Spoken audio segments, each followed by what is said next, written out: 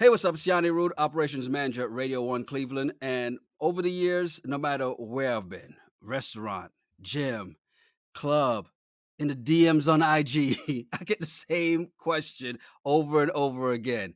How can I get my song on the radio? And sure, there is a simple answer. Well, we can't play what we don't have. And an even simpler reminder that just because we have it doesn't mean that we are going to play it.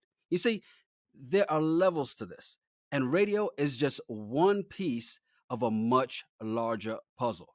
And that's why the team here at Radio 1 Cleveland created Plug Talk, bringing together top industry professionals giving you free game. There'll be some names that you know and some names that you're going to want to know. So if you're an artist, producer, manager, or you're just interested in the industry, the next hour is just for you. Make sure you like, share, comment, ask questions. In other words, join the conversation. It's Plug Talk, how to get on and generate a buzz. That's enough from me. Let's get the show started. Here are your hosts, Road Digger and Maddie Wills. Let's get it. Hey, what's up, everybody? I'm Road Digger. Yeah, and I'm Maddie Wills. And welcome to Plug Talk. As Yanni said, this is the first of our virtual music conference series. We've been hyping it up because it is what it is. It's Plug Talk. It's free game. So who we got on the panel today, Maddie? Yeah, let's get to the panelists. We'll start with my dog, DJ Ryan Wolf, of course. Big homie, DJ, artist, entrepreneur. We got, what's up, Ryan? How you doing, bro? What's going on? Thanks for checking in, big dog. DJ BJ, 3525, DJ, artist, entrepreneur, and actor. What's good, bro? What's poppin'? Trey checking in. How y'all feeling? We got my dog, Big Heff, CEO of Capital Structure, ENT, Def Jam Records, Lifestyle Rap, and 300 Entertainment. What's good, big homie? Everything good, man. Excited about this panel. For sure. We excited to have you, man. Real talk.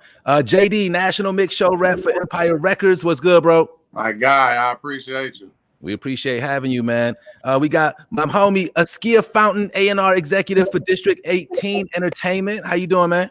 Hey, I'm doing great, man. Thanks. How you doing?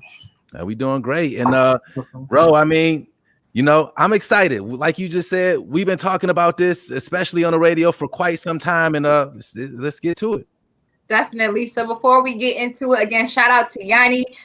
He mentioned something. He said, you know, it's not about just what you need to know, but really who you know. So these names that you see that we're talking to today, please make sure that you build these relationships. Plug Talk, yes, it's free game, but it's literally your way of getting into the industry because you have to be knowledgeable of everything from the business side to all of that. So we're going to talk about how you can get on. We're going to talk about how you can get that buzz. We're going to answer the questions as to Darren, why they don't play my song on the radio? Why am I not on the radio? Why am I not popping in my city? So if you have any questions, do not be shy. This is the opportunity for you to be honest, open. We got a great panelist that can answer any question. So please leave comments, questions, all of that in the comments. We will address them live. And I'm gonna just set it off right now. First of all, welcome, fellas. I appreciate y'all being a part of this conversation tonight. We're gonna kick it off just to kind of give people an idea as to who you are and how y'all get started. So let everybody know. We'll just kick it off with Wolfie. How did you get started in the music industry? Explain your journey. Well, for me, man, it was I feel like it was God placed me where I'm at. I had no idea I would be DJing. It came with a situation I was looking for a job. I couldn't find a job. And at the time while that was happening, my friend had some turntables. I was very obsessed with learning how to chop and screw records. So all I would do was practice how to scratch and do things like that. While that happened, that's all I wanted to do was just learn how to scratch, whatever. Fast forward, it was like one night my friend was like, hey, can you fill in for me? So I filled in for him. I didn't know that DJs got paid money or whatever. I filled in for him. And then I had a couple friends that I knew because I played basketball. So again, this is why networking is important. I used to play basketball and had a lot of friends with that. So one of my friends that I used to hoop with opened up a bar. He had me DJ at his spot. And then that started making it more like this is a thing, like, wow, I can really make money. And then, like I said, I was networking out and about. I have a good friend, Ray Jr. I started DJing for him, a legendary rapper. We would go places. And honestly, for me, I was like at a summer jam and I got a beard. My boss that hired me legendary Kobe Kobe from Philly. I think that's why he kind of catered toward me, like, and rock with me. I don't know, but he gave me the opportunity and the shot. But it really came from just the passion to wanting to learn how to DJ. I had no idea I would be doing what I'm doing now. So it was really a passion and network. Who wants to pick up? I'll pop off next. That's cool. 3525, DJ BJ, born and raised in Detroit, West Side. And I hopped into the industry kind of like Ryan Will said, randomly.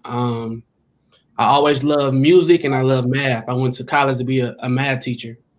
And when that didn't work out, I knew two things in life. I knew music and I knew math. And that's when DJing came into play. It's nothing but BPMs, mixing songs. And from that, just relationships, being that kid in high school. And that grew up to me being 15, doing 21 and ups. And one day I ran into my guy, Shorty the Prince, in the club. He gave me my boss's number. And when I called her, I said, I'm the hottest young dude in the city. You need to hire me. I never got a phone call back. And then 2 weeks later, the station had posted a thing on the site saying, we're looking for a DJ. I filled it out, sent the mix in, and I got hired that way. So when I'm in the office signing my paperwork, Shorty walks in and my boss says, look at this nice dude we got. Besides the ignorant dude you had calling my phone, I would have never hired him.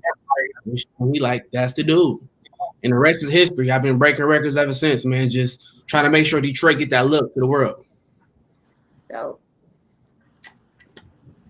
Because I'll go next. Go ahead. Yeah. Just got my start just really doing marketing and promotion for a lot of different record labels. Then start working at Def Jam. It was kind of like working with the Yankees or the Lakers or something like that. It was like all-star people every go-around. Just being comfortable. I actually met Kevin Lyles and started doing a lot of touring, and end up putting together the Birth of the New Nation tour, which led me to start working at 300 and just going back and forth through both situations. Got a chance to break Megan Thee Stallion, got a chance to break YK Osiris. Both of them made the XXL freshman list last year. Started a label, signed somebody named Ryan Wolf, signed somebody named Ty Bree, and did a joint venture with RCA. Dope. I go next. J Dee from Detroit. It's crazy because I played ball and everything, man. So I never thought music would be my calling. But it's crazy, just what interest and intrigue could do. And I just remember my next door neighbor, man. Like, he always used to get all these packages over his house every day. And I was just intrigued, like, why are you getting all these boxes and why are these fresh cars coming over your house? So I just went and knocked on the door. I didn't even know him. I just went and knocked on the door and I just asked him what he did. And he had a record pool. He got by the name of DJ LaRock out of Detroit. And from there, I just got in from the ground. I'm like, how can I learn from you? How can I serve? And I, it's funny because I tell people my story is that I really started from the bottom. Like, I was the guy putting up the posters on all the poles. I was wearing the Method Man suits and these suits, hot as heck, but I just really did whatever I needed to do to get around, soak up information and knowledge and build relationships, right? And never knowing that it would lead to what is led for me, man. But I just knew that I had an interest in it, man. And then from there, as BJ said, as Heff said, it's just relationships took me places that I never thought I would go. And I went from there to start managing. I had the first guy named by Ray. He signed with T.I., my very first artist that I managed. I was his road manager. And then from there, I just went from the management world, man. Last person I managed was T Grizzly. I was his road manager as well. And then one of my mentors, Ryan Harris at Atlantic, he called me one day and he said, look, I want you to come meet somebody. And I had no idea what it was. And I met this guy named by Mo Landy that worked at Empire. And that kind of just segued my life. I was ready to get out of the management capacity and just get over to the corporate world. And I've been at Empire for like 4 or 5 years now, man, doing A&R, doing radio, doing just a lot of different things, marketing, like whatever it takes over there. Dope. And then Askia, what's up? Hey, what's going on? So, my start kind of came with my family. Like, I kind of grew up in the business, being in Michigan and Chicago. My dad was in the group back in the day, Motown, and then my cousin started an agency, and he was signed to Michael and Quincy. He produced a lot of hits in the 80s, so I kind of grew up around the business a lot. And then I ended up they create always Coca-Cola for Coke. So ended up moving to Atlanta. And in the process of that, I started working for them, interning, and they kind of were out of the record business, but I started hanging out with some of my neighbors, which was these producers by the name of Tim and Bob, and they were signed to Dallas Austin. So they kind of run me around Atlanta a lot with them. I was underage, going to clubs and studios, hanging out with Madonna and all types of people you can imagine. And it just kind of fell into just relationships, and then I ended up getting a call from Russell Simmons to come to New York. So I came to New York for a meeting, and he was like, he wanted me to start on Monday. And I was like, start what? I only had a carry-on bag and just thought it was a meeting. And, he was just telling us he was starting Russell Simmons Music Group. So I kind of came into that fold. And then I ended up, we did pretty good, for a few years. We ended up doing like Waist Deep, the movie during this time. We signed Black Butterfly and like a couple other artists. Nobody really transpired, from his new situation outside of like the TV world. So we started Run's House during that time, and Waist Deep. And then during that process on the first tour that we went on was Rick Ross, Neo, Black Butterfly. And I ended up meeting Neo on that tour. So when Russell ended up shutting the label down, we all ended up re-meeting back in Atlanta.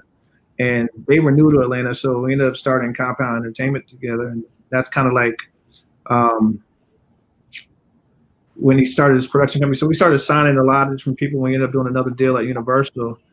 And, we had a nice run at that time for like 5 years. And I ended up going over to Atlantic. And I started doing urban over there. So I did like Janelle, CeeLo, Nipsey, and then a couple other artists. And then I ended up with Nas and Mass Appeal, and at the same time linking up with Jeremy, who has Cardi B, Dream Doll. Then we signed Ty Bree, that's from Cleveland as well. And now just working, and ended up starting a management company and representing a lot of dope hit makers at the same time. So, well, thank you, fellas. And again, welcome to our conversation tonight. We're going to move on. Yeah, for sure. And while we appreciate all of the intros, fellas, because that's important, right? We want our viewers and we want our listeners to understand that, we just didn't gather a group of guys. Like, we gathered some people that know what they're talking about. But now let's kind of dive into the meat and potatoes of this thing, man, and get a game out. And we're gonna start with a couple DJs, Ryan Wolf and DJ BJ. We'll kick these first questions off to you. As a DJ, what's the best way for upcoming artists to connect and share their music with DJs in their city? Ryan, you want to kick that off? Yeah, so for me, I'm gonna give you the real. That's what y'all here for. So I can speak for myself. I feel like BJ might agree with me because he's the same caliber DJ I am. When it comes to, and again, remember, we're in a different space because of COVID. So I want you to go to the space of when it wasn't COVID and the club was rocking, and you really can more so see us more accessibly. With us, for me, it's hard to get an email or a DM to me because I have a lot going on.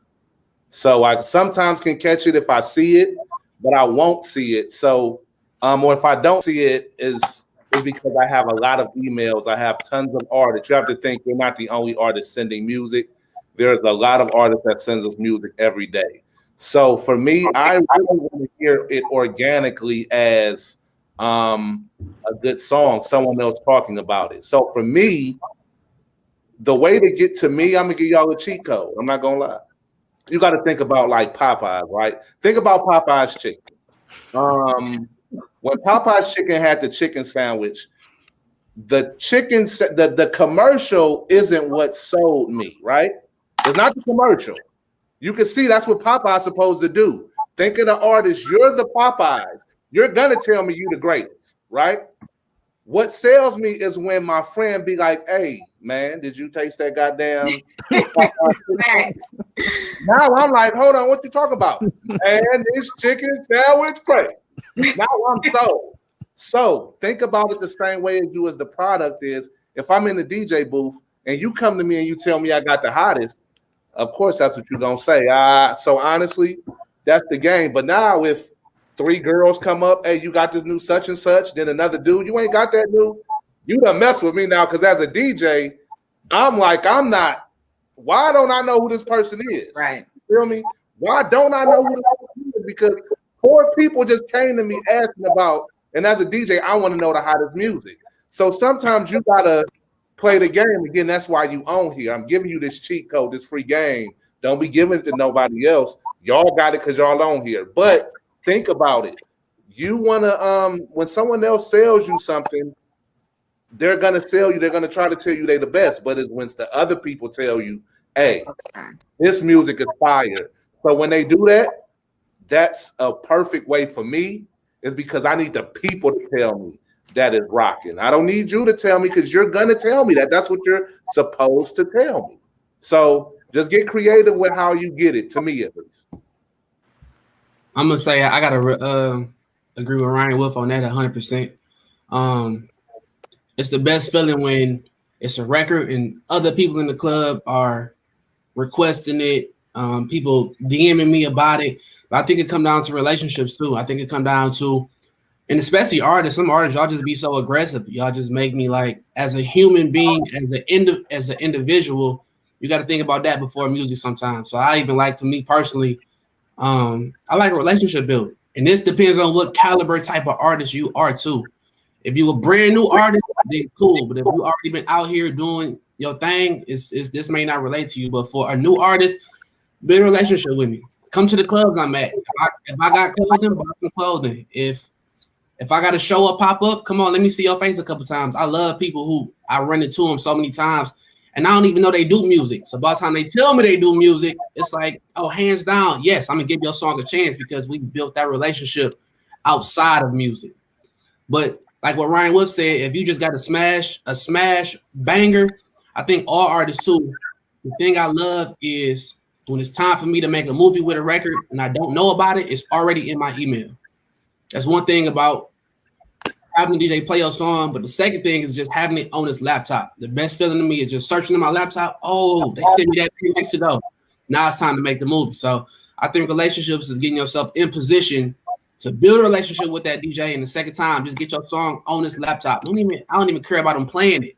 Just make sure my song is on this laptop. Make sure it's in this desktop, in this Serato. So when it's time for me to make that movie, I don't gotta call you, I don't gotta find you, you don't gotta call the engineer, nothing. We A1, let's rock. Because that window is only open for 24 to 48 hours if it's that massive.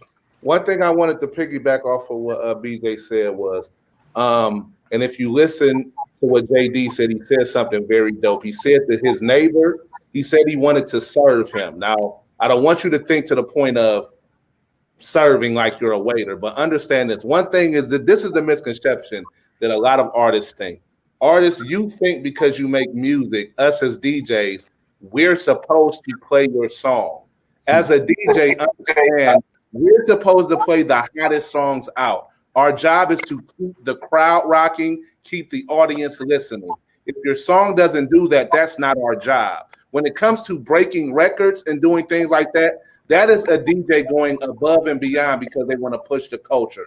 But our job is to play the hits. So now, when he said about building the relationship, you got to understand, this isn't like you think like when you come to us, this is still like a transaction because we're doing you a favor, a big favor when we play your song. We're putting you on a platform that sometimes you might not deserve to be on yet. So even though it's, how can I put it? I don't want it to sound like, what it is, man. Let's just be real. I'm doing, that's like me coming to you and saying, hey man, give me a ride to Akron. And you be like, bruh, I don't know you. No, but give me a ride to Akron. That's the same thing. Like, I'm not supposed to play your song. I'm supposed to play the hit. If your song is a hit, then yeah, I want to play your song. So build those relationships. And the thing that J Dee said was, he came out the gate with, how can I help you be the next person? So when you build that relationship, you go on to BJ every day. You promoting where he's at, the club he's at. He's going to take notice that, hey, man, this guy's really supporting me. Now you start to build a relationship. And then even if your first song isn't good, you get that guidance from him. You get that guidance from me to help you because we have a relationship now. And when you do get a right song, we want to help you win. Why? Because you want to help us win. And that's it. We're gonna stick with these questions for the DJs, but we do want to get to our viewers' questions in a timely fashion. So we just got one in, and really anybody could take it.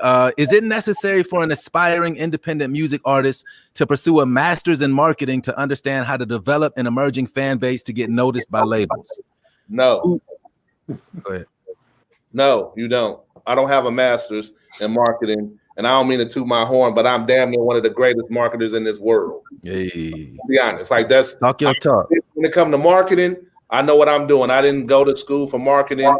Then when you create it, people gonna pay attention. You know what I'm saying? Masters, not masters. It's cool if that's what you want to do, but I don't have my master's in marketing, and I did try to take some courses. I have a couple courses, but I don't think that's not what made me who I am. It's just some people just got a creative mind. So don't let that degree make you think that's the end all be all, because that's not the case. Yeah, no, I agree. I know some people with masters in marketing that still don't know how to market. You know what I mean?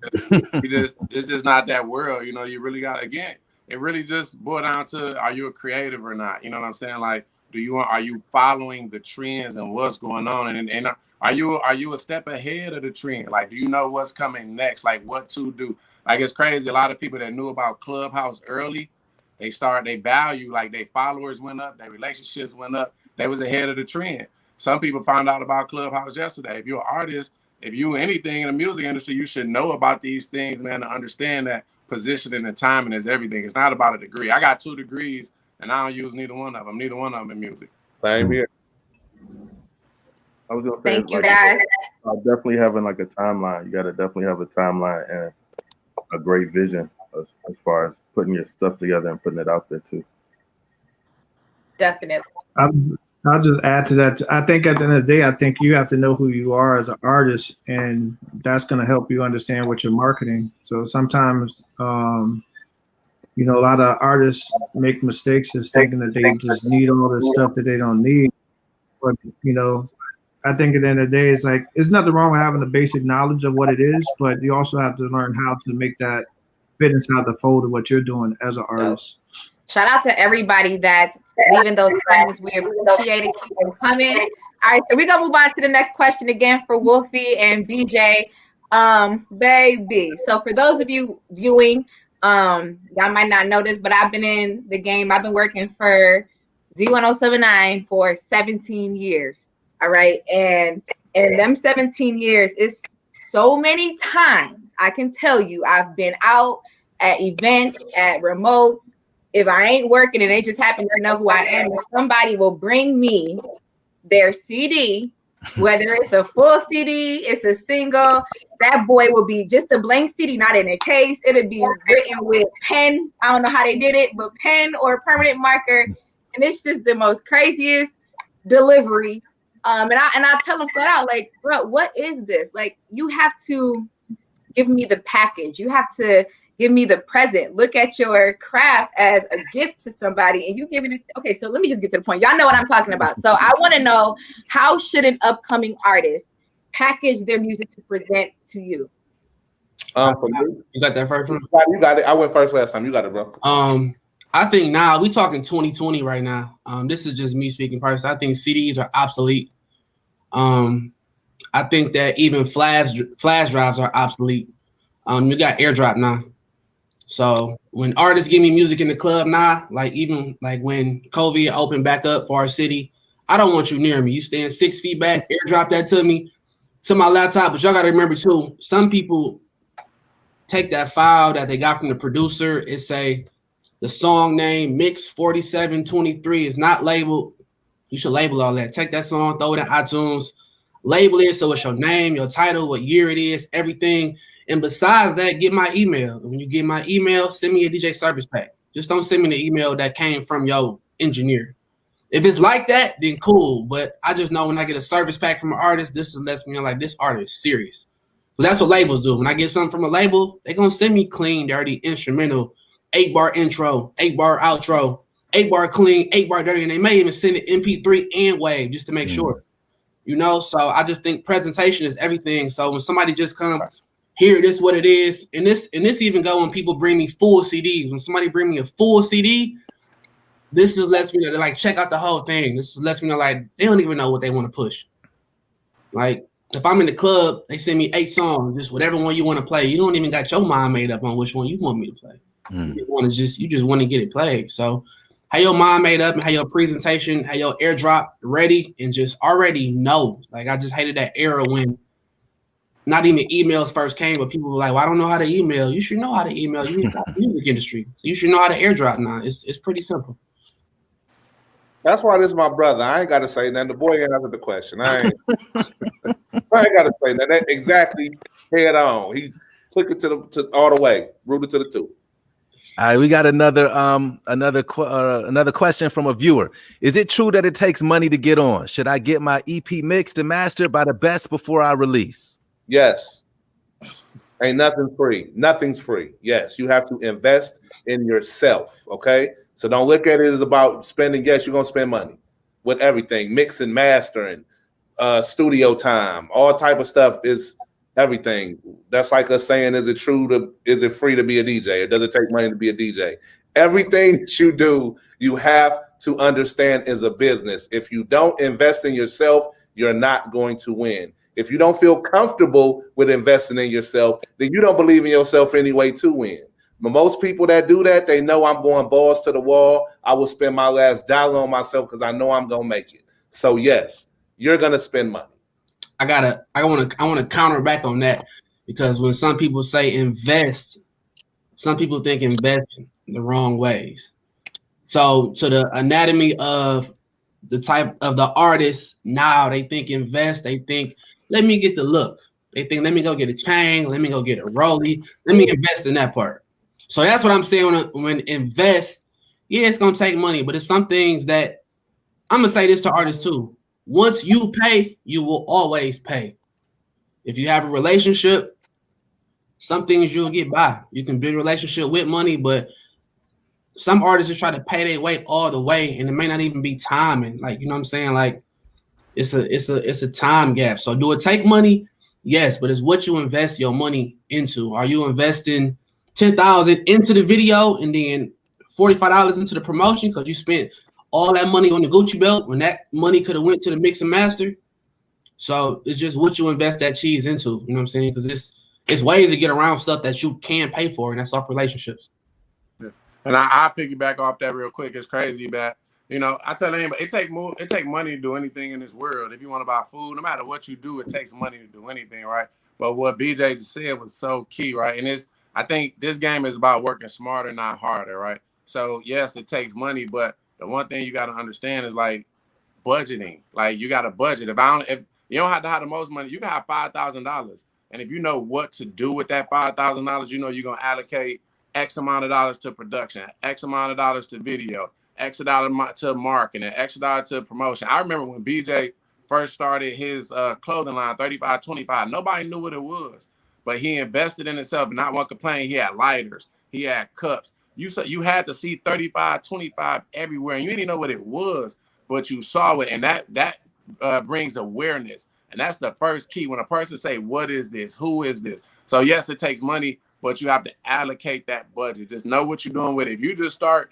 spending money here and there, you're going to look around and you just spent $20,000 and you don't even know on what. So just have a budget in place when you spend the money. All right, we got a lot of questions, and we appreciate the viewers dropping those, and we're going to get to all of them, I promise. But to keep in line with the theme of the DJs, up next, we got, how do you determine if a record is a good record that you would push or add into your rotation? You get that feeling, man. You get that goosebump feeling. You know when you get a chill, you get that vibe. Like, you know when it's a good record. You feel the energy, you just know. For me, I just know. Some records have to grow on me because it might not be my vibe, but then it's like it still might have a good melody and then it just grows on you. But a lot of the records that I know, I just knew. Perfect example, when I heard Bodak Yellow, I knew this it. This the one. You know what I'm saying? It's like sometimes you just know. And then that's what makes, again, as a DJ, we want to be excited we want to break the hot records. We want to be the ones that say we were kind of the first on it. So for me, you just know. I just know. I gotta say the same thing. It's a feel. You know what I'm saying?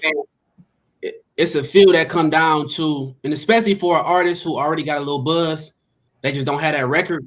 When they sing you that one, you just know. That was kind of like when Dusty McFly had him out here, when Doughboys came a good ass day. Even when I first heard the T Grizzly record, when Hell of a sent it to me when it was raw, he said, "Man, just check this out. It don't got no hook, but I think this gonna work." You know what I'm saying? So it's just a feeling as a DJ we get. It's like a little wild moment. It's like a club rocker. It's like a club shaker. Now it may not be the best when it comes to like R&B records on certain stuff like that, because I'm from Detroit. It's a real hardcore feel, and most of the R&B artists, they own the hooks of the hard songs. So that just may be the market that I'm in. But like I said, it's just a thing. And then now you got so much social media platforms, from TikTok to Thriller. I may catch it before you even know it.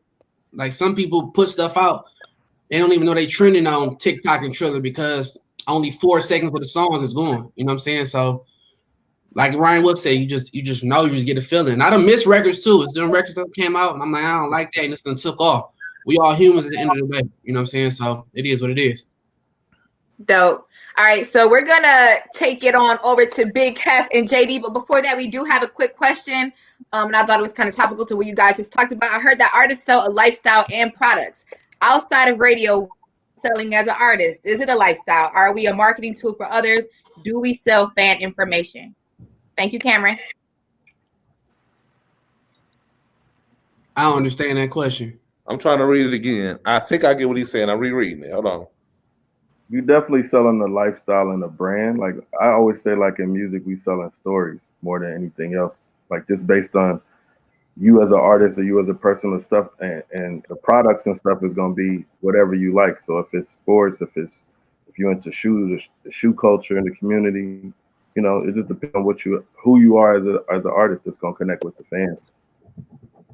Yeah, I mean, I agree with that. Yeah, you're selling a lifestyle. The image, everything goes together. You just have to figure out how to tie it to be the brand of what you're pushing and you know, make people gravitate to it. But yeah, you're definitely selling a lifestyle for sure. I'm gonna take it into perspective as being a DJ. I'm gonna put my perspective as a DJ as if I'm an artist. At one point in time, I got so stuck on being the best DJ, I forgot about the lifestyle. And once I remember that everything else that I does, it elevates the platform that I'm on. So, like I said, doing clothing, doing movies, everything elevated that same platform, me being on radio. And I even throw this back to me doing clothing. If I was to put a new shirt online and say, hey, this shirt's available, go buy it, I probably don't get no sales because it's just regular marketing, promotion, sales. If I throw the shirt on, I'm on my Instagram, I'm playing with my daughter, I'm playing with my mama. Oh, he's a family man, he's a great dad, let's go support him. Same feel, but different outcome. So like I said, you are selling something, but you can't always keep yourself in that artist mindset because of social media. You gotta touch all bases. Like I do a lot of and that ain't even being a fool. That's just you being yourself. Like now people really want to see you. If you put a song out, you should then make somebody a part of that song. When you mess the ad-libs up, show that. You recording, you picking the beat, show that. Make them a part of that record. So by the time that record drop, they feel like that's their song. They a part of it. They bought into it too. If you blow up, they blow up. They seen the whole vision to it. Got it. All right. So Big Heff, J Dee, let's get right into this next topic. In today's day, do you guys think it's easier or harder to get a record deal? Easy. Definitely easy because there's so many different platforms and outlets that you can use. Some people come up through Spotify. A lot of artists come up through YouTube. Then you got people that's getting signed off TikTok. So all you got to do is create a buzz and some awareness for yourself, and you know, most likely you're gonna get a record deal. Dope.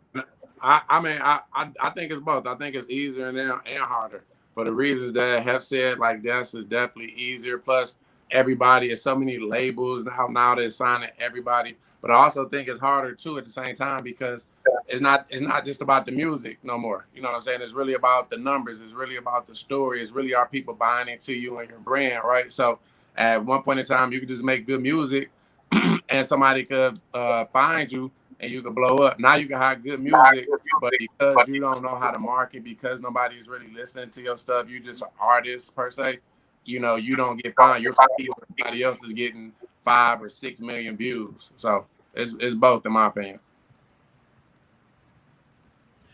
Dope. All right, we'll keep in line with the Big Heff and J Dee questions. Explain the difference between being an independent artist versus signing to a major label. Paying for stuff on your own, or getting paying for it and then getting reimbursed. That's pretty much the biggest difference I see. A lot of times, especially with a lot of the newer artists, you know, you got to pay for your studio time. But when you sign to a major label, you got a production budget, you got a marketing budget, you have a touring budget. You know, you don't have to come out of your pocket all the time for everything that you need. Yeah, I mean, and with me working for an independent label, you know, I think it's two things. You know, when you sign with a major label, as Heff said, you got everything that you need. You have at your disposal. You have every single thing, right? And when you with an independent label, you have some things at your disposal, but not everything.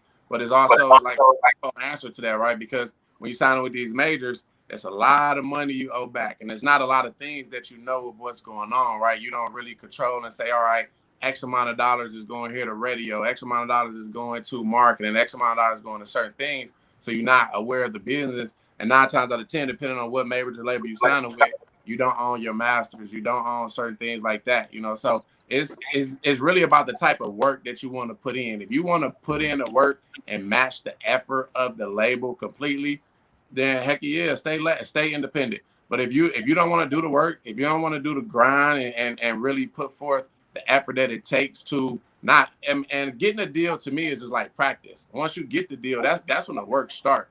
So if you don't want to put in that work, once you get there, then go ahead and sign with a major. You know what I'm saying? Yeah, and when you at a major, you got to stay competitive. You got to literally outwork the top artists because that attention is going to go towards them first. You know what I'm saying? Mm-hmm. So you got to stay competitive, and you know, your work got to turn up like times 10. And sometimes artists don't know how to compete on that level as well. But but being independent, definitely, if you structure your team and get your team together, then you should be, you know, you will always be good because you got a steady fan base and community that you can release products to. So thank you, guys. All right, so this next question, actually, one of our guests watching had a very similar question, so I'm going to combine them.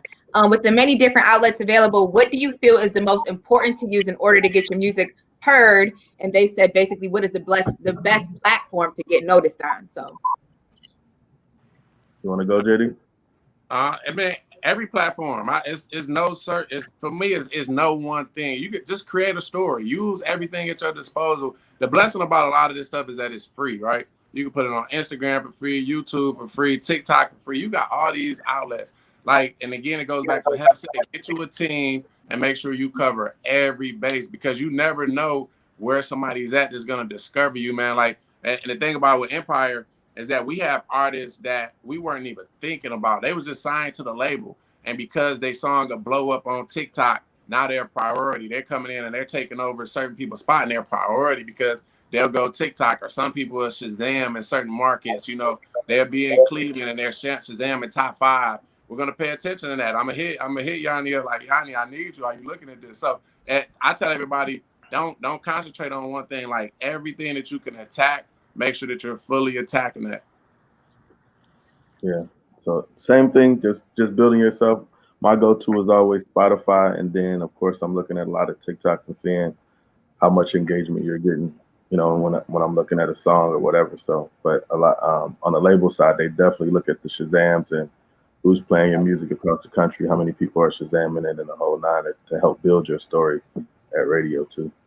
And something BJ said was key, like, you know, word of mouth, man. Like, if Wolf said it the same thing. Like, to me, the best platform that you can have is people, man. If everybody's talking about your stuff, if everybody's buying into it and they're reposting it and they're resharing it and they telling everybody they know about it, it's gonna go crazy. BJ said he could post a shirt, but if he wear it and somebody else talking about it, then it go crazy. So you gotta understand the power of people, the power of sharing more than just even the app. Dope, appreciate that, fellas. Now, a lot of we've been talking to artists mostly so far tonight, right? But I got to be honest, since I started working in radio, I didn't know that there were so many managers out there as well. That's like a whole game. So the next question is, when working or developing an artist, when do you know or when do you feel it's the time to start looking for radio plays for their songs?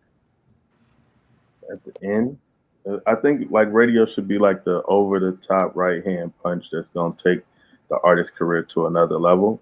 But once you build a story, like with your streaming and so forth, like we had an artist at 300 YNW Melly, like of course he had some other stuff happen, but he was doing like 750,000 streams a day. Like he was just out of here. So just looking management wise, just long as you got some stuff that's you can't. Once it's getting out of control for an independent artist that you can't maintain everything that you got going on, then that's when I would bring in managers and structure my team for sure. Yeah, to me, I would never really approach radio. I let radio approach me. Like really get the streets, because the one thing that you got to understand is that everybody on this line, we looking for artists. We're like, this is our job every single day, and it's not even so much of a job as it is a passion, right? Like I love music, BJ love music, like Wolf love music, Heff. Like I've been rocking with everybody on this line for like 15 plus years, and when we wasn't making money doing this, when we wasn't in the positions that we're in doing this, we just love doing it, right? And so BJ didn't always discover hot artists, broke hot artists.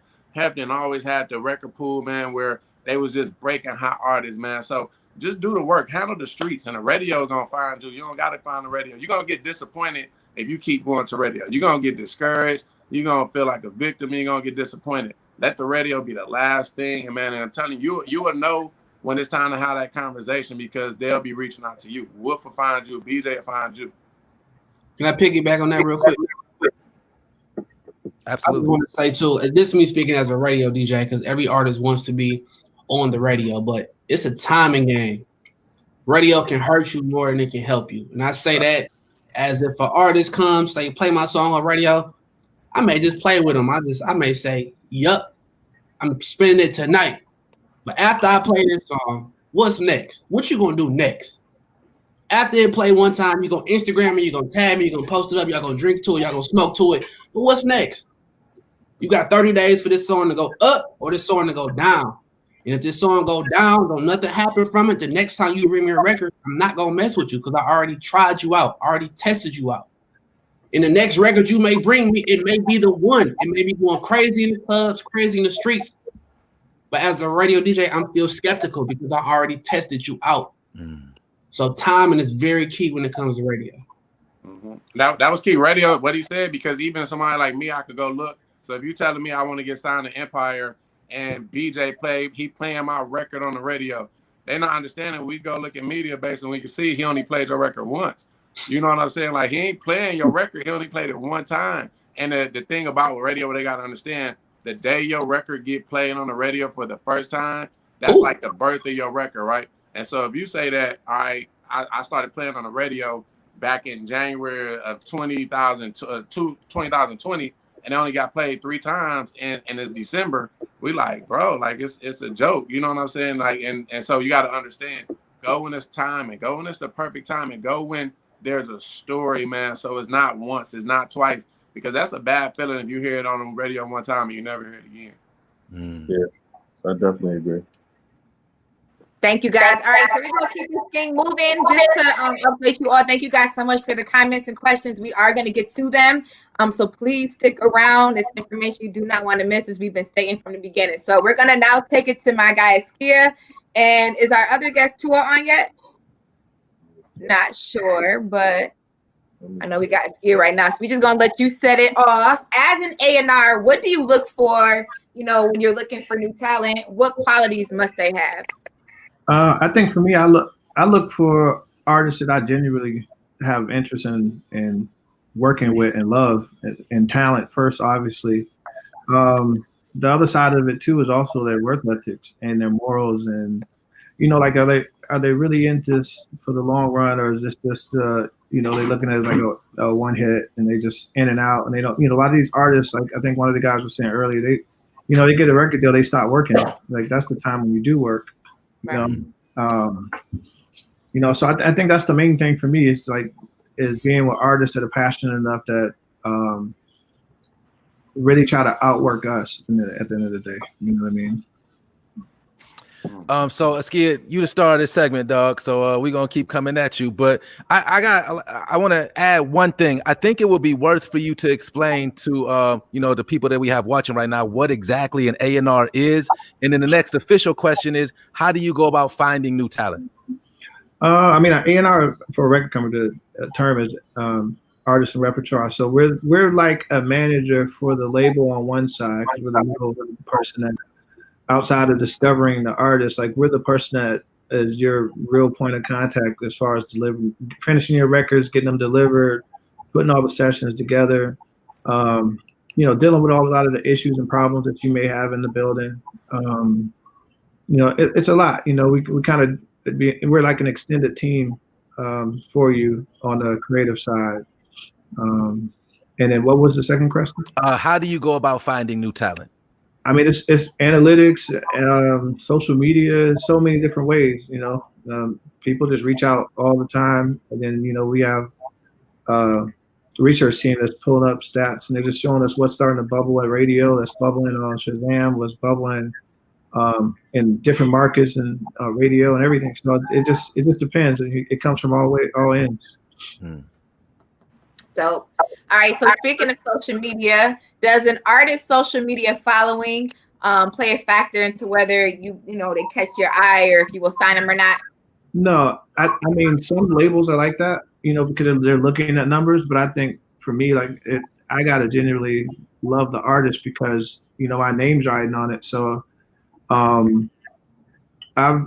worked with artists and find that I've signed that didn't have any following at all. And it was really, I just had a passion in them. And of course, those are going to be, it's going to take a longer time to break those artists because, they probably don't even have the hit record or have any records at this point. It's just that natural ability and talent. And then, part of it, I hate when it's like the building the story and all this stuff because, like even with some of the artists that I've found and done stuff in the past with, was like Heisman Boys and Soldier Boy, when they first did their deals, the YouTube started popping, like, they didn't have a story. Their story became them putting out records, and it just the story started as they starting as artists. Now, I feel like when I've been talking about hip hop, especially with my friends lately, we've been seeing a kind of a resurgence, or maybe not a resurgence, but a surgence in older artists, right? Like you talk about acts like Griselda and whatnot. Mm-hmm. So the question is, does age matter when signing an artist? I mean, like I said, I think it depends on what label you're at and what, typically, I mean, as bad as this is, I think we have the stigma that with us as urban artists that we have to be young, but then you have other artists in other genres who can be 40 and 50 and catch a hit record. You know what I mean? I think it's, at the end of the day, it's all about the music and you can hit. It's just that, most labels, you're looking at album cycles that you're going to get with the artist if you're looking at the business, right? So, signing a 40-year-old artist is like, 30 plus, like how many albums are you really going to get out of this person? So they mostly looking at like, teenagers to early 20s because they know, if this artist takes off and we get 5+ albums out of them, by the time they're 30, they're legacy artists. And, everyone kind of grew with them at the same time. Definitely. All right. So, people will debate that for a minute. It was like hip hop and rap was on top. Like it was just any rapper's time or whatever. But then R&B slowly came right back on different like levels of it too. So you had different artists. It wasn't just the Chris Browns and the Trey Songz and the Rihannas anymore. It was like another level of R&B. Would you say it's harder to break an R&B artist versus a hip hop artist? I think it's hard to break any artist first, but second, I think it's more of,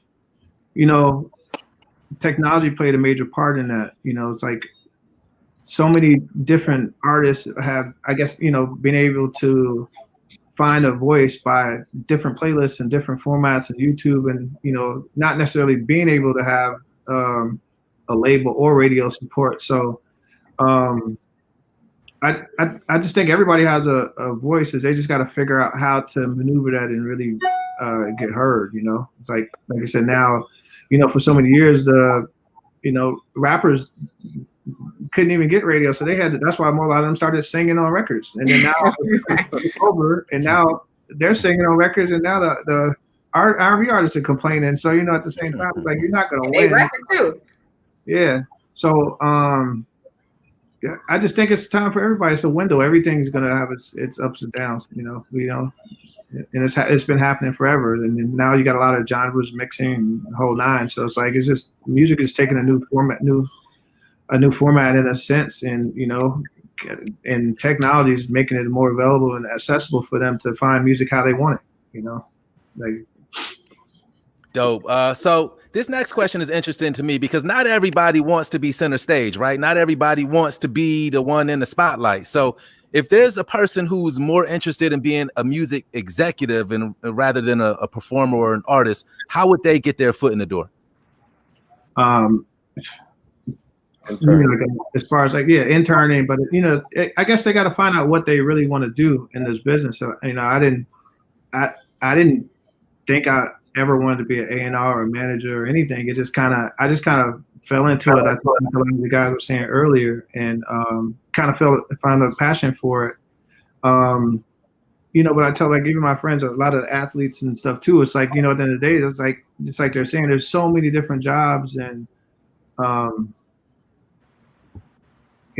positions that a lot of people can play and still make a decent living, and still work alongside the artists that are, I like to say the talented ones, because I can't sing that well, but let me piggyback off that too, man, because relationships and working and serving, man. And a lot of people hear the word serve, and they allow pride to get in the way, they allow ego to get in the way, and I understand it. That you never know where your work and what you're doing for other people, where it'll lead to, right? I never in life, I always wanted to work for a label. Like when LaRon worked, when he was he's still at Atlantic, but when he's there, and I used to be on the road with him all the time, with Flo Rida, with T.I., with Trey Songz, with everybody. I wasn't making $1, and this was for years, right? But I served him whatever he needed. I drove, I did whatever, and it's because I wanted to learn and I love what I did. And 3 years later, I wasn't even doing it no more. And LaRon called me and he said, listen, come to this meeting.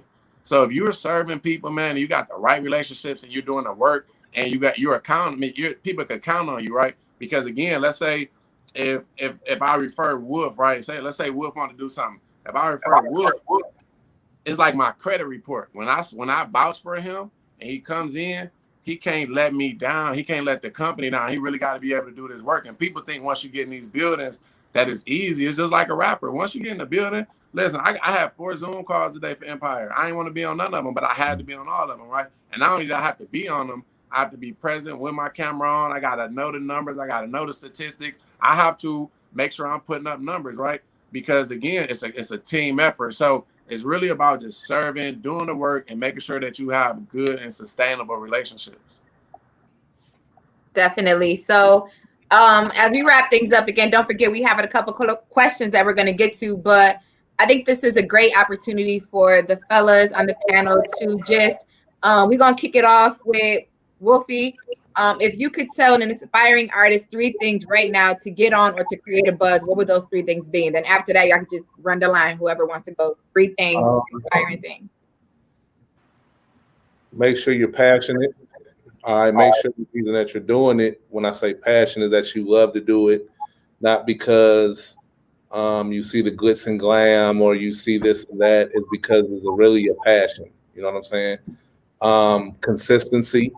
One thing is that I think that if with anything, if you really think about the science of it, if you never quit ever and you're just gonna keep doing it, you're gonna eventually get it. Like it's just gonna have. Like that's just how it happens is just that people quit. So when you get consistent, stay in your lane, don't be looking at, oh, this only got a couple views. Nobody like, who cares? If you love to do it and you're passionate about it, just keep going. That's why I always, if you see my hashtags, is keep going. Just keep going. And the last thing is, y'all got to build in relationships, man. I'm telling you, the relationships is fighting half the battle. So be willing, be outgoing to meet people. And sometimes you might have to, you got to think like right now when this thing is like you, I'm not saying you, am I going to say you kissing babies?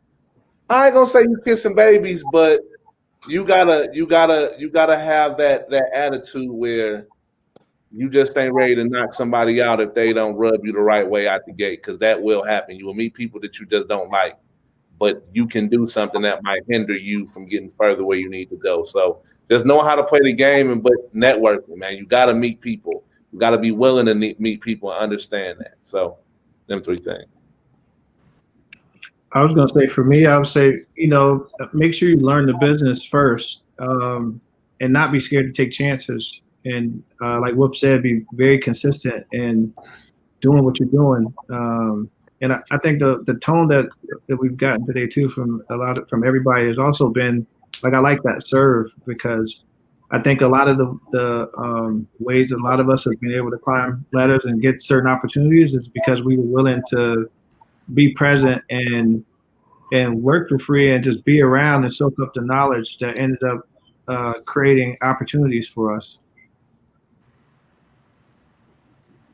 For me, on my end, I would say I piggyback off of what Ryan said. Be consistent, man. Consistency is key. You know what I'm saying? When you do the same thing over and over and over and over and over and over again, it's going to yield results, man. So be consistent.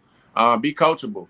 That's one of the main things, man. A lot of people think they know it all, and they really don't know nothing. You know what I'm saying? Like, I've been in this game for a long time, and I still don't know everything. And I ask questions every day. I just asked one of my guys yesterday, like, look, can you just mentor me? You know what I'm saying? Like, because I still want to learn. As much as I know, there's still a lot more for me to know. So a lot of people get in here and they're not coachable, man. You gotta understand that part. And the last thing, just how the right people around you, because that can make or break you, man. Like, the person can tell you the truth about a record, or they can let you throw yourself out there about a bad record. They can hire you in certain situations, man, where you letting other people down because you're in places or doing things that you really don't need to be. You know what I'm saying? Or you got the right people around you just saying, like, listen, let's lock in the studio. You can help change you and everybody around you life. It only take one record to change your life. And so if everybody got a common goal and it's the right people around you, man, the sky's the limit. I'm gonna say my three things. Rule number one is what I go by every day: is just be yourself. A lot of artists try to sound like the next person. They try to dress like the next person. Just be yourself. That's what's gonna make you great and make you stand out. Number two, I'm gonna say sometimes for the opportunity, you just gotta be there. You just gotta be there. That's just flat out. Phone call, do it sometime, but sometimes you just gotta be in their face. You just gotta be there. And rule number three is, I'm gonna say that what if factor. A lot of artists do that what if factor. What if I post this? What you won't really know until you post it. So don't let that what if factor scare you. If it doesn't go right, hey, you maybe can't fix it, but time will fix it. You know what I'm saying? So just don't let that what if scare factor. You gotta do this industry in faith, because there's some dogs in this industry. And when they come after you, they probably ain't gonna let go. You know what I'm saying? It's gonna fright you, it's gonna scare you, no matter how much of a gangster thug you is. This industry will scare you too. You know what I'm saying? So be prepared.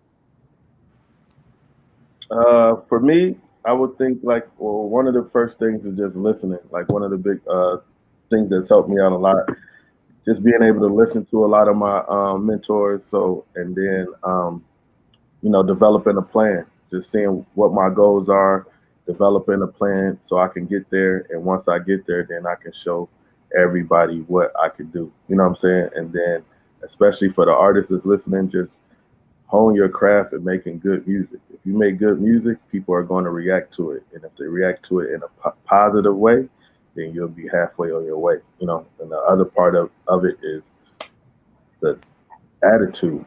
You know what I'm saying? Just having the right attitude, the right energy that's going to make other people want to invest their time and invest their money into you and make you become a superstar that you deserve to be. Cool. Cool. So before we wrap this all the way up, again, thank you guys so much for your knowledge, your expertise, for your realness, because I think that is so very necessary. I think a lot of times, like J Dee said, you know, we have support groups that lie to you real quick and not give you 100 in the facts, and you need the facts. You need to be able to know the truth about your craft and just about this business and how you can function in it successfully or how you can fail in it successfully. So thank you guys so much for your expertise. It's greatly appreciated.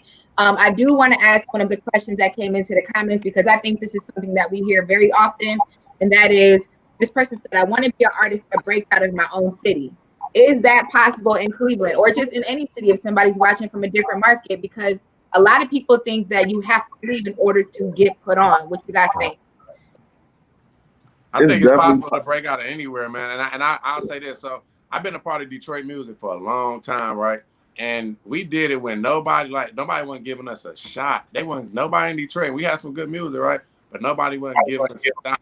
But as Wolf said, as everybody on here said, stay consistent, man. Keep grinding, keep working. And we are looking for people every day. This is our job. Every single one of us.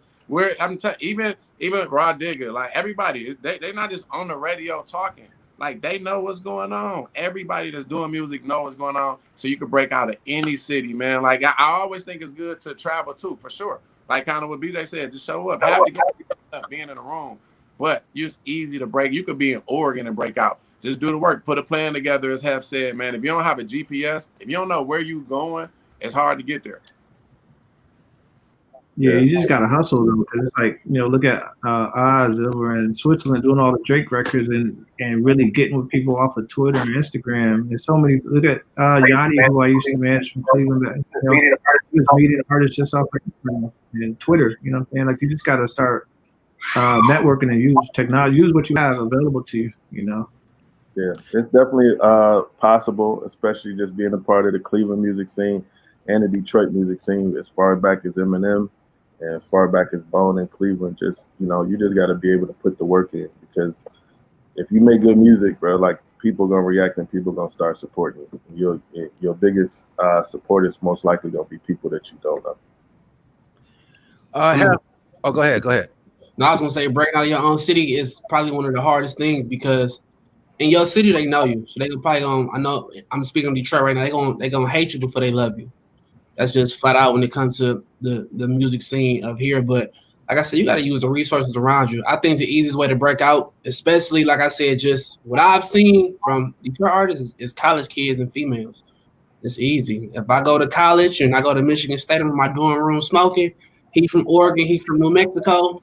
I play some new music. They go home Thanksgiving break. They play it. They friends go back to school.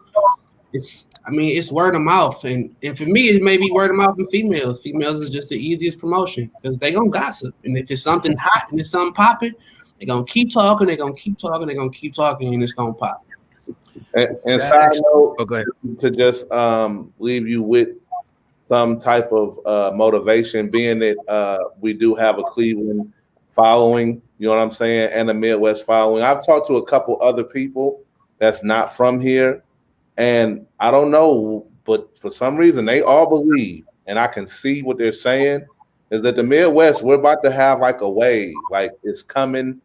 You can kind of see it building up with the artists that you'll see that's popping. A lot of the artists that are getting signed to some of the hottest people on the planet, they're from the Midwest. So I feel like if you're a Cleveland artist or a Detroit artist, if you're in the Midwest, it's kind of a good time to be here. It might not look like it, but you'll see. I agree. When we talked about older acts earlier, there's also definitely a resurgence of female acts, particularly rappers right now. And one of the questions that we got in is, do you think to be a female rapper, you have to show your body or talk about sex all the time to get played? Or can you still be lyrical and get people to listen? So I think probably Heff is definitely one person that should answer this, but whoever else. I'll say no. I mean, one of the artists that I was trying to sign maybe a year ago when she was just rapping on Instagram was Chica. You know, there's a lot of talented artists out there that have different messages and stories. It just seems that now that just because there is a flux of girls that are doing that are kind of winning right now, it make everybody just think we got to go down that road. But we know you don't have to do that. You got to just be true to yourself and make the best music you can potentially make, and hope it translates over to your fans. Yeah, making the best music, and then and just making the best music and staying true, because some girls don't want to do that. You know what I'm saying? So, like, same thing, just developing a plan and having a support system behind the artist is going to do a lot as well, just so that they know that they don't have to do that to win. I think some people want to do it, and some people just understand that it's marketing, man. Like if I just saw it yesterday, Megan Thee Stallion was twerking, and that got shared everywhere. It got put in like 5 group texts. I mean, it ain't had nothing to do with the music, right? It's just doing that. So sometimes it's just marketing, man. You know what I'm saying? And that doesn't mean that this person is a freak or this person is this or that. Some people just understand the concept of what can I do to get eyes on me, right? And then once I remember when the baby was wearing a diaper, right? And I didn't get it. But he like, what can I do to get eyes on me, man? So I don't think that you have to do it at all. I'm not a big fan of it, but I understand the power of marketing. It's about finding your target audience. Everybody got different things. You figure out what your target audience is, and you get it. You capitalize on it, whatever it is. Just find your target audience, because somebody is for something is for somebody. Yeah, and on the label side, they're going to want to know what you got going on outside of just the music. So it's either if you're dating somebody or what kind of things that you're into. So, they have to build a whole story around you as an artist. So you don't got to twerk, but if you do, you do. But, just have something else going on that they can tie other things and other communities into you. I want to use a moment to just ask this question before we get up out of here. Since you brought up having the story and all that stuff, or them using the story behind them. What if you're an artist that doesn't have a story behind their music these days? Do you think that it plays a role when it comes to music? So if they don't have a story, then what would you recommend that they use as, a way to get on? Their music is a story. Yeah. The music is your story, and you are your story. So I always ask the artists questions, like real questions, like, how'd you grow up? What'd y'all do? Did you hoop in high school? Did you play football? Was you chasing girls? Some people might have been in the pimping or whatever. Some people scam or whatever. It's some kind of story that's gonna be there for them to be an artist. Like they did something. They was into some kind of mischief, and we just gotta explain that to the rest of the country.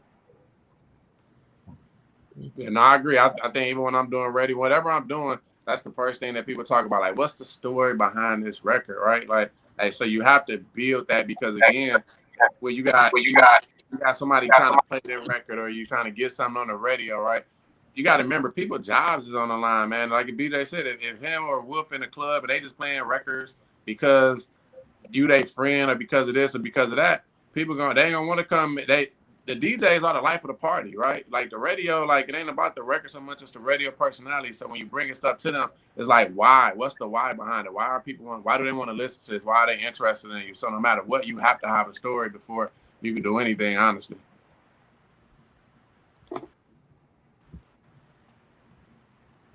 So, all right, well, that right there is it, folks. We appreciate you guys tapping in. Remember, this is the first of many of our virtual music conference series. So I want to thank every last one of our guys that are on our panel today, again, for all your information, your expertise.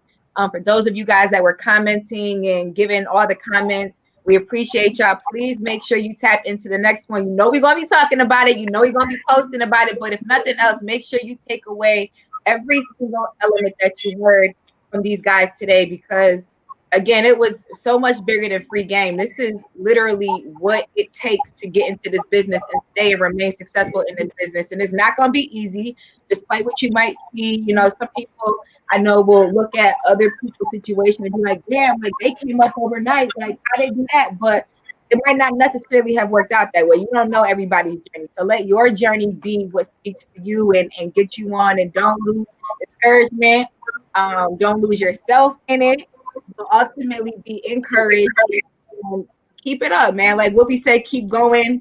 building relationships. I know I'm just reiterating everything that y'all said, but I think it's so important because these are the things that we talk about for years. And artists hear us say it sounds cliche, but it's real. This is literally what you're hearing from the people that are in the game. And if you don't take nothing away from that, take that. So yeah, but just to quickly, like we closing, but I literally joked earlier on the radio, like y'all getting this for free. Y'all should take advantage of this. Like, it's been some gems from minute one. So we just really appreciate y'all getting on. Because we all know, just being around music all the time, man, people just want to know what they can do. So hopefully now y'all gave them enough jewels so they can actually, start doing it. Can y'all see how many people on here? Our producers. Yeah, so this go back to something, not to interrupt y'all, but this go back to something that BJ said earlier. Like, listen, everybody in Cleveland that ever approached Wolf, Yanni, Rod Digger, Matty Wills, Heff, anybody about getting on the radio, there's no reason why y'all shouldn't be sharing this. Why y'all not supporting Z107.9, right? Because again, you want them to do stuff for you. And let's go back to the relationships. Like, if you post this and you tagging Yanni, you tagging Rod Digger, you tagging Matty, you tagging Heff, you tagging Wolf. Yo, man, it's road digger, man. I could be Rado. Let me go play one of her songs real quick. But they see these things, they resharing them, and they appreciate it, right? Because this needs to go by. This is Cleveland. This is Cleveland, man. And the bigger this is, the bigger the station is, the more you help and contribute to what they're doing, the more they'll be willing to help to contribute to what you're doing, man. So next time they do this, everybody in Cleveland, it should be like 2,000, 3,000, 4,000 people on here. This the city. Y'all got to make sure don't get in the ego and say like I don't have nothing to do with that, so I'm not sharing it. This your city. Share this fire. Make sure this go viral. Make sure it's crazy. And let's be honest, everybody knows somebody that's trying to get on in the music. You know somebody, so share it. And then for those of you who know somebody who act like don't let anybody be too cool for this knowledge. Period.